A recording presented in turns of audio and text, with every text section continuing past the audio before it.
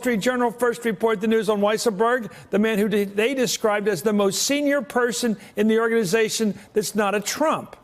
Well, according to Bloomberg, Weisselberg is deeply familiar with the Trump Organization's financial housekeeping and was privy to decisions at the Trump Organization that Cohen was never allowed to take part in. Well, Weisselberg's cooperation is particularly dangerous to the president because of his deep ties to the Trump Organization and to the Trump family itself, going back to the 1970s. It could also be dangerous for the president's children. Weisselberg currently works alongside Donald Trump Jr. and Eric Trump, both executive vice presidents of the Trump Organization. Ivanka Trump was also an executive vice president until she went to work at the White House. So on Thursday, the president said cooperating with federal prosecutors should maybe be illegal. This whole thing about flipping, they call it. I know all about flipping. For 30, 40 years, I've been watching flippers. It almost ought to be outlawed. It's not fair. You can say something bad about Donald Trump, and you'll go down to 2 years or 3 years, which is the deal he made. In all fairness to him, most people are going to do that. And I've seen it many times. I've had many friends involved in this stuff. It's called flipping, and it almost ought to be illegal. Well, today's news is another bombshell in a series of mushrooming legal problems for this president. Former National Security Advisor Michael Flynn and ex-Trump lawyer Michael Cohen are both already cooperating with federal authorities, as I said. And yesterday it was reported that another close friend, David Pecker, the head of AMI, the parent company of the National Enquirer, was also granted immunity to provide intimate details about his role in helping the president and Michael Cohen hide an alleged affair with Karen McDougal. It was also reported by the Associated Press that AMI had a safe filled with secret files on President Trump.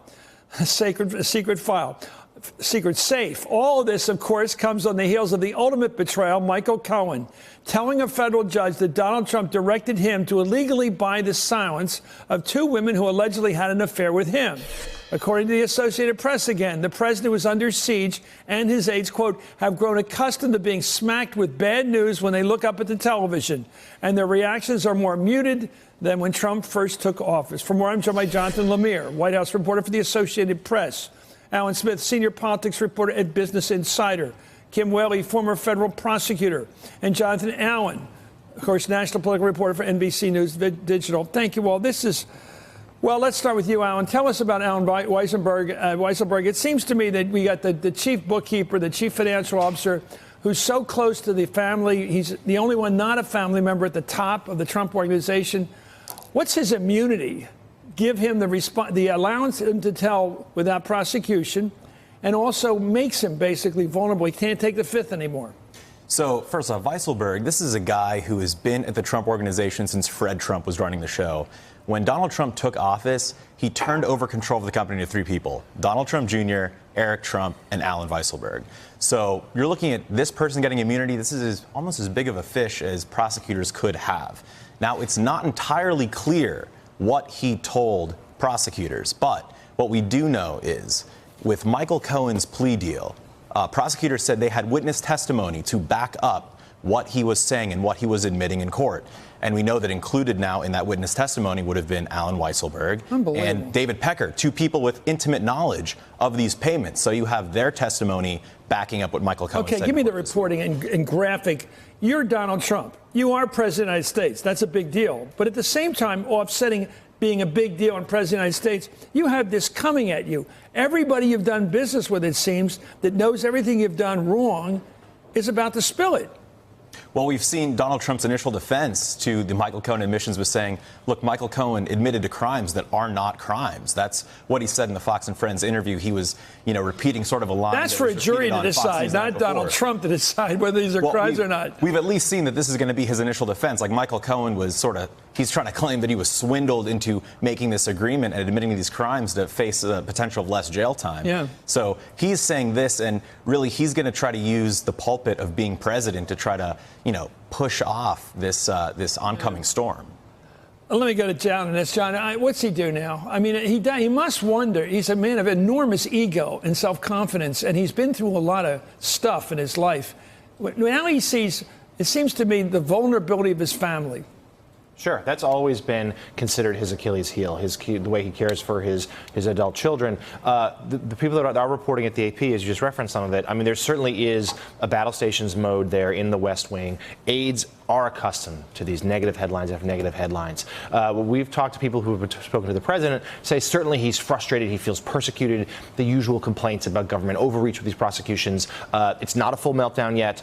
He is fuming to his aides about what happened, but still feels like we can fight this, we can escape this. But this is also a president who declares time and time again that loyalty is the most important thing to him. Now, we know with him... Not to the people around him. Well, we know to him that loyalty is sort of just a one-way street. And we have seen here in the recent days how many people, some of the closest people to him, have all turned. And that started with Omarosa last week. And then, of course, we have this hat trick here of Pecker, Cohen, and Weisselberg, who have all, in some form or another... But the reason they turn is that they feel that they're vulnerable to prosecution, that they know or sense they did something wrong that can be used to put them in jail for a long time. Now, Weisselberg's an interesting case. So he surrounded himself with people who feel they're vulnerable to federal prosecution. Sure, and that's not a great trend. Weisselberg is someone who, though, at least reporting with the AP, I mean, the immunity he got was to testify about Cohen.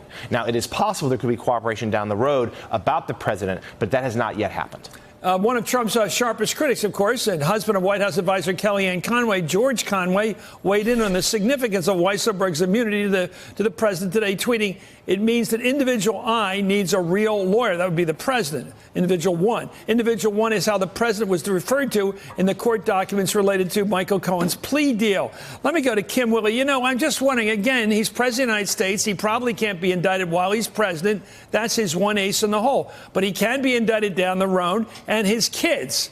It just seems to me, who's he got on his side at this point in terms of evidence? Who's going to testify on behalf of this president on any question of fact? We found out there was only one juror holdout this week who seemed to have a question with reasonable doubt as a notion, but he may not get another juror like that for a while. Your thoughts? Yeah, well, I mean, I'm not so sure that he can't be indicted. I mean, if he went around assassinating political rivals and Congress was cowed into fearing for their own lives so they wouldn't start impeachment process, I don't think anyone would say, well, we've just got to wait till the next election to stop this rampage. I mean, I'm not saying that we're at that point, but Do you think Brett Kavanaugh would say that? I'm just kidding. Do I think Kavanaugh would take that? We can talk about that another time. Right. But the Constitution's flexible on this idea. But sure, there's a lot of discussion on that. Option 2 is impeachment. Republicans aren't interested in that right now. Democrats are worried about November. Option 3 is resignation. And, you know, I've said for months, I wrote a piece months ago, that that's the most realistic option here. I think because, you know, it's not just Trump himself. We've got the organization, which he cares a lot about. He can't hide behind executive privilege for that. He can't argue, well, obstruction of justice doesn't apply to me because I'm the head of the Justice Department with respect to those decisions. That's outside of it. And of course, he also has his children. And so these prosecutors are being smart in sort of moving in, kind of outflanking him in other places. And he's going to, at some point, be left standing alone. And if the idea behind not indicting a president is that under Article 2, the executive power would be interfered with by an ongoing criminal investigation, I think this insanity that we're living through is an interference with the ability of the executive branch to function. It's all anyone can talk about.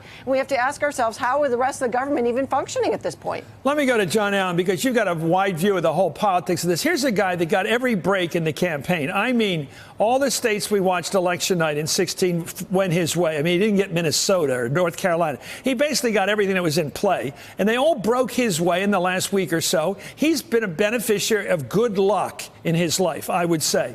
It does look like it's evening out this week, doesn't it? The bad luck is catching up to the good luck in about 5 days here. What a week for this guy. I mean, Chris, that's the understatement of the century, that Donald Trump has benefited from good luck. And you're right. I think it's turning. I think on a political level, when you zoom out from this a little bit, this is so dangerous for Donald Trump. He's now got Michael Cohen, who has pleaded guilty to these crimes and said the president directed him to do that. This is a very different scandal today because than it was just a few days ago, because what was abstract and static is now very much real. and very much closing in on him. And the problem politically is it's going to hang out there for a while. We're going to see more developments out of Michael Cohen's cooperation with prosecutors. We may see more out of Weisselberg and David Pecker. We're going to see more in the next Manafort trial. It will be more and more and more, and his problems are going to mount, not fade. And as you know, in politics, when something like this is out there, when there's a legal problem, it is very toxic politically, especially if it lasts a long time and especially if it bears fruit. And earlier this week, it bore fruit in Michael Cohen. Hey there, I'm Chris Hayes from MSNBC. Thanks for watching MSNBC on YouTube. If you want to keep up to date with the videos we're putting out, you can click subscribe just below me or click over on this list to see lots of other great videos.